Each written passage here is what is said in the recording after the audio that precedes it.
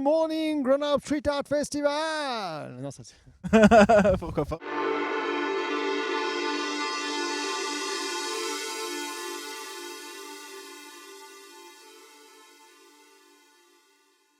On est avec toi, Combo, pour cette première fresque de la 6e édition du Street Art Fest Grenoble-Alpes qu'on a rebaptisé en édition Résilience. D'habitude, pendant le mois de juin, on arrive à sortir une quarantaine, cinquantaine de fresques. Là, on va réussir à en faire peut-être 4, 5, 6 pendant le mois de juin.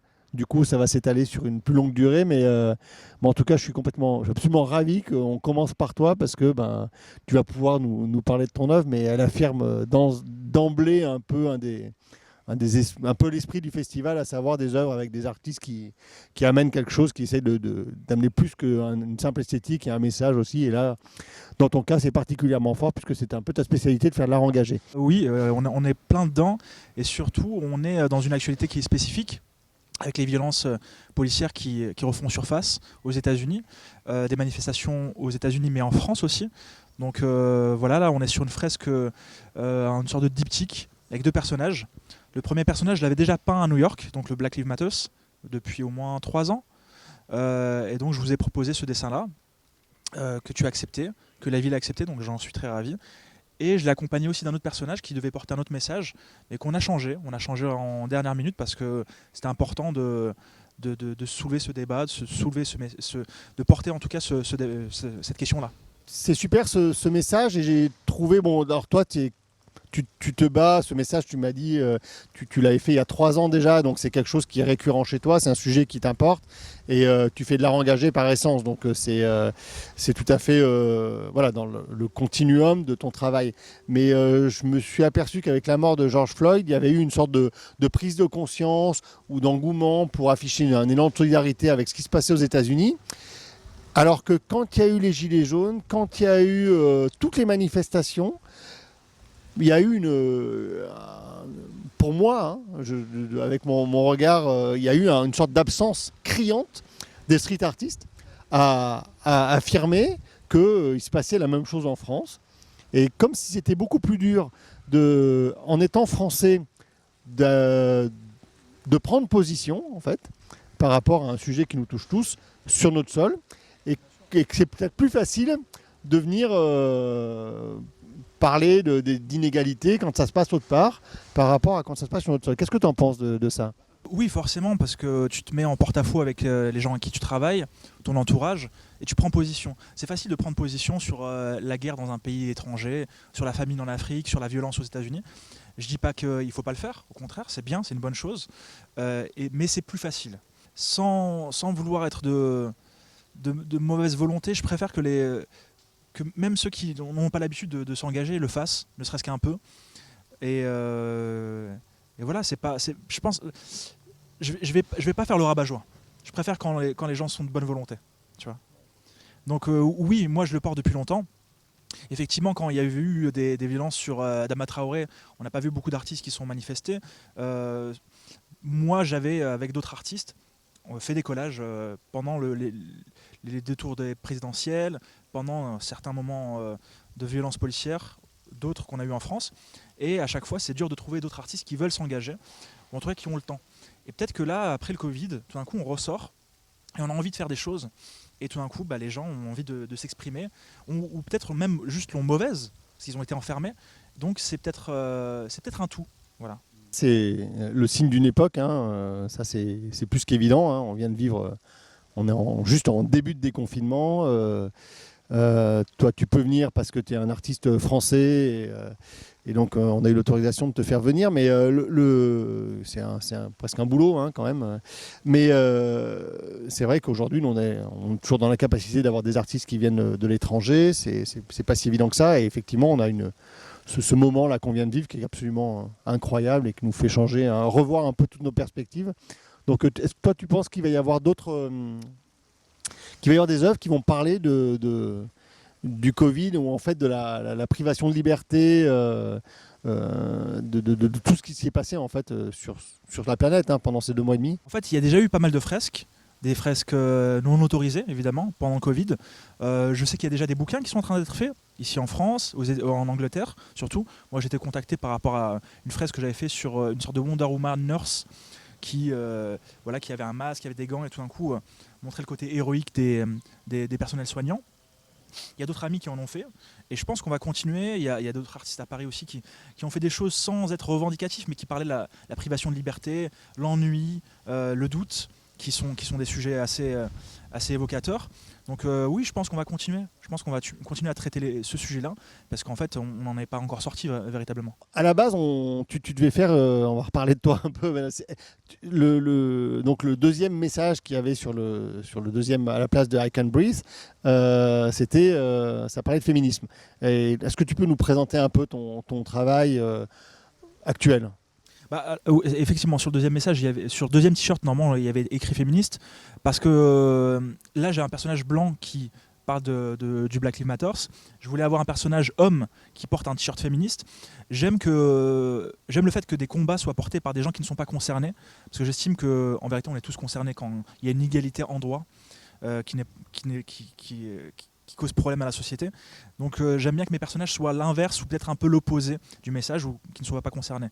Et effectivement, dans l'expo qu'on devait faire, qui sera, j'espère, bientôt ici à Grenoble et à Lyon, il y avait ces personnages-là qui sont peints, qui sont sur des toiles, et d'autres aussi, des personnages de Wonder Woman avec écrit des t-shirts Futurist Female, et d'autres femmes fortes ou des positions ou des femmes qui sont mises dans des positions qui montrent des femmes qui ne se laissent pas faire d'une certaine manière, si je peux le dire comme ça. Et c'est un des sujets que je traite avec le racisme, avec l'homophobie. Et surtout, en fait, c'est une expo qui va parler du fait que mes toiles, ou en tout cas mes dessins dans la rue, sont souvent censurés. C'est comme ça que j'aime à le dire. C'est le nom de l'exposition d'ailleurs. C'est le nom de l'exposition, effectivement, par des gens qui vont venir taguer, qui vont mettre des insultes homophobes, des insultes aussi contre les femmes qui sont assez abjectes, et par moments aussi qui vont simplement m'envoyer des messages d'insultes, des menaces. Et donc je voulais avoir une expo qui en parle, parce que je pense que c'est important de montrer que dans la rue, certains messages peuvent déranger à des points clés, mais qu'en fait c'est une violence qui est assez systémique. Donc quand on se permet d'aller faire un tag, ou en tout cas qu'on pousse à la violence sur Internet, il y a forcément des répercussions dans la vie réelle. Et c'est ça que je veux dénoncer. Et là, donc du coup, sur ce diptyque, là, tu t'attends à ce qu'il y ait des messages, que ça se mette à vivre en live sur tes œuvres? On avait fait une fresque à Bayonne, qui était le Coexiste, et on l'avait fait devant l'église, une église assez orthodoxe. Là, on fait un Black Lives Matter devant un commissariat. À chaque fois, c'est un peu border, c'est bien, j'aime beaucoup. Et à Bayonne, elle a été taguée. Elle n'a pas été taguée par des chrétiens d'extrême droite, ni quoi que ce soit. Elle a été taguée par des anarchistes, qui sont athées apparemment, ou qui n'aiment pas ce côté religieux, ou en tout cas des symboles religieux. Peut-être que ça sera tagué par des communistes, je ne sais pas. Mais effectivement, il y a toujours des gens qui ont envie de se réapproprier ce message, ou qui sont contre, ou qui sont un peu dérangés, ou qui ne le comprennent pas très bien. Donc moi, en général, je suis ni content ni triste, d'une certaine manière, que ça fasse vivre. Je suis désolé quand il y a de la violence physique qui s'opère. Donc s'il y a des gens qui vont taguer dessus, je sais pas, on verra. J'aimerais pas trop, en vérité. C'est la règle d'une œuvre qui est faite dans la rue. Hein. Nous, sur le festival, on en a fait en 5 ans quasiment 200 belles œuvres qui sont dans l'agglomération grenobloise.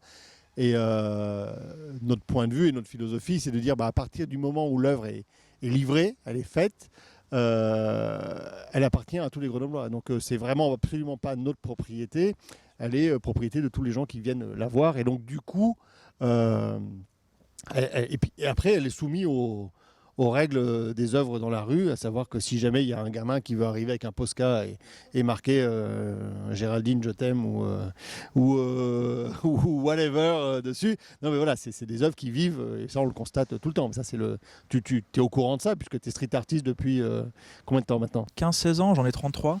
Donc ouais, fais le calcul rapide, bientôt 20 ans, au moins 16 ans.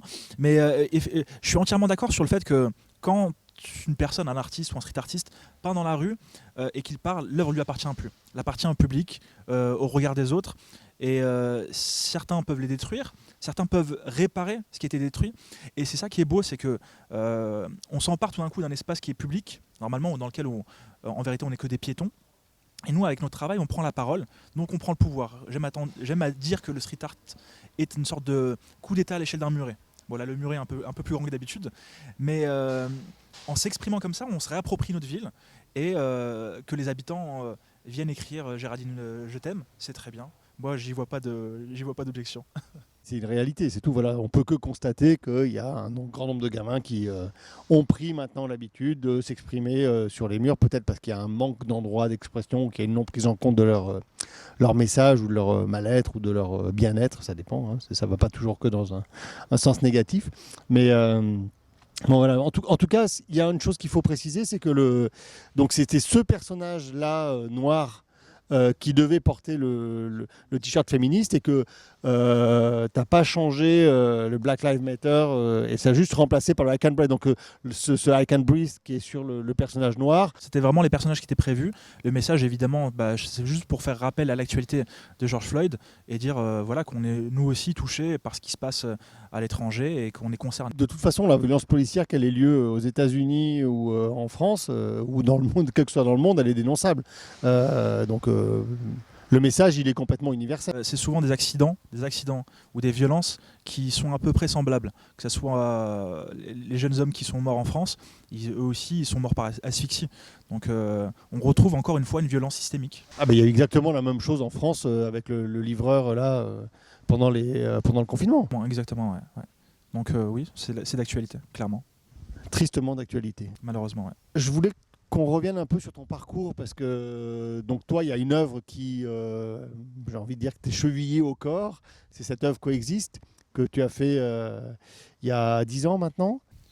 2014. Ouais, mais non, mais c'est tellement, pour moi, elle fait tellement partie de l'histoire en fait du street art. Et c'est qu'elle est arrivée un peu comme ça a été une explosion. Il y a eu un ramdam incroyable autour de cette œuvre-là. Est-ce que tu peux nous raconter en quelques mots l'histoire de cette œuvre, déjà nous la décrire, nous dire qu'est-ce qui t'est passé dans la tête pour la faire, pourquoi tu l'as faite, et puis qu'est-ce qui s'est passé, comment ça s'est enchaîné une fois que tu l'as mise dans la rue. En hiver 2013, je pars et je fais une résidence à Beyrouth.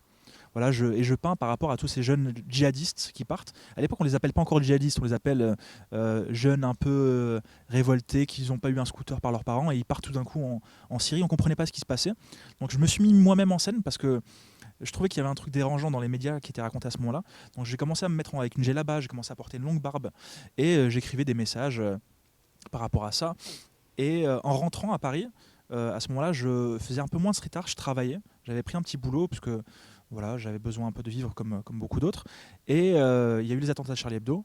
Et tout d'un coup, je me suis dit, mince, on va encore passer, ou en tout cas les musulmans, ou les arabes en vérité, les gens qui ont ma tête, vont passer pour des terroristes, pour mal vus dans les médias. Donc je vais ressortir mon personnage musulman, avec la djellaba et la barbe, et écrire des messages de paix universelle, comme les musulmans, comme les juifs et les chrétiens finissent par leur prière par Amen. Et après, dans toute cette série, j'ai fait ce logo Coexiste, dans ce mot-là, il y a la croix chrétienne, l'étoile de David pour le X, et le C, ça devient le croissant musulman. Et effectivement, quand je l'ai fait, je m'étais fait agresser, et cette fois-ci, j'en ai parlé. Parce que c'était une chose qui arrivait souvent à ce moment-là. Pile un mois après les attentats de Charlie Hebdo, et beaucoup de gens se faisaient agresser à Paris et en France. Il y avait une recrudescence de la violence. Et tu t'es fait agresser par qui et dans quelles conditions alors? Par des jeunes garçons, des jeunes hommes à Port-Doré. Et à l'époque, j'ai pas voulu citer qui ils étaient. Certains, on en parlait tout à l'heure, donc pas besoin de faire la pub pour ce groupe-là. Mais ça m'est arrivé par la suite pour d'autres personnes qui sont issues d'autres communautés opposées. Et je voulais pas généraliser et dire que finalement, c'est encore un arabe qui se fait agresser par un tel. Et en fait, ça m'est arrivé avec d'autres. Donc en fait, la bêtise, elle est dans tous les camps. Et donc quand je l'ai fait, donc je l'ai diffusé ce message-là, et ça a pris une proportion sur Internet qui était incroyable. Je me suis retrouvé à faire des plateaux télé. La ministre de la Culture de l'époque était apostrophée au journal par rapport à ça. Donc tout le monde a pris position. J'ai reçu des messages sur mon téléphone de Jack Lang. Je ne sais pas d'où il sortait mon numéro de téléphone. Donc c'était assez impressionnant, même très, très bizarre. très flippant. Mais je me suis dit qu'il fallait porter ce message-là. On a fait des manifestations à Paris, on a collé un peu partout, j'ai fait beaucoup de fresques. Et pendant vraiment 2 ans, j'ai porté ce message-là. J'en ai fait même une expo solo à l'Institut Monde Arabe. Donc vraiment collé en Israël, en Tunisie, un peu partout. Vraiment, ça a été très long et très, très dur humainement à porter. Mais c'était important. Et au final, ce qui me rend moi le plus fier, c'est que maintenant ce message est étudié dans les livres d'éducation civique en France. Il y en a plus d'une vingtaine qui le comportent, en Allemagne aussi. Et donc, comme tu dis, tu as l'impression que ça fait longtemps que ce message est parmi nous. Et c'est une bonne chose. Maintenant, je le peins un peu moins. Et en fait, le relais est pris par les professeurs. Et ça, c'est la bonne chose. C'est ce que tu disais tout à l'heure quand on discutait. C'est le street art devient de l'éducation populaire. C'est pas mal de laisser un peu à la paternité, à la postérité, abandonner la paternité de cette œuvre-là, parce qu'il devient vraiment quelque chose d'une œuvre publique. Et ça devient tellement public que c'est devenu un logo du ministère de l'Intérieur, le logo Coexister. Coexister, c'est une association qui justement parle de multiculturalisme, de multireligieux, et eux font aussi de l'éducation auprès des lycées, des collèges, et c'est une bonne chose, je les connais, ils sont très sympathiques.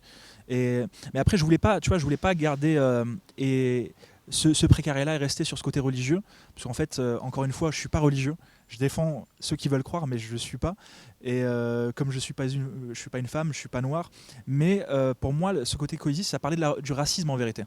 On parlait de xénophobie, voilà, et voilà, c'est plus large. Donc il y a d'autres choses, il y a d'autres manières d'appréhender ces problématiques-là qu'à travers le côté religieux. Tes combats j'ai envie de dire du moment, mais les images du moment, donc tu parles de féminisme, d'homophobie, de racisme. Quelles sont les grandes lignes directrices en fait de ton travail? Mais en fait, l'axe principal, c'est l'inégalité en droit. Voilà, quand à l'époque, 2 hommes ou 2 femmes ne pouvaient pas se marier, ça me posait problème. Quand des femmes n'ont pas le même pouvoir d'achat, la même capacité en droit, voilà, le même salaire, les violences qui sont faites aux femmes, etc. Tout ça je me sens concerné parce que c'est normal de se concerner. Il n'y a pas besoin à se justifier par rapport à ça. Et le racisme aussi, parce que voilà, je trouve pas d'argument parce que ça me semble tellement normal. Et voilà, c'est notre côté humain. Voilà, on devrait tous faire ça. Tu as souvent l'occasion de pouvoir peindre des fresques comme ça, engagées de manière officielle, de cette taille-là? Alors non, en général, les fresques, c'est toujours, quand c'est autorisé, c'est toujours des trucs plus simples, graphiques. Mais j'essaie toujours de pousser un petit peu. La dernière fois, j'avais peint une Marianne un peu méditerranéenne, pour pas dire arabe, dans le sud de la France, à côté de Grasse, à Mougins. J'avais mis des symboles qu'elle portait une veste et elle portait des symboles qui rappelaient son origine, et tout de suite fallait faire attention, fallait pas mettre un croissant musulman, etc. Même si c'était des gens qui avaient envie que ce message passe, ils avaient peur parce que politiquement ça peut être dérangeant, et il y a des élections en ce moment, ça peut être dérangeant, mais ici vous avez supporté ou vous portez ce message-là, la commune aussi, donc j'en suis plus que ravi. Ton expérience du Street Art Fest Grenoble-Alpes jusque-là?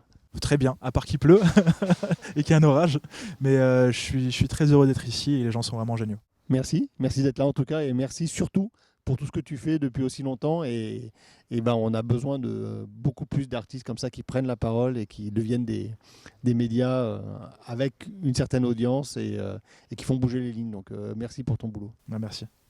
On refait juste la fin, tu dis qu'il fait beau par contre. À Grenoble il fait toujours beau, c'est quoi ça ça tombe, je l'entends.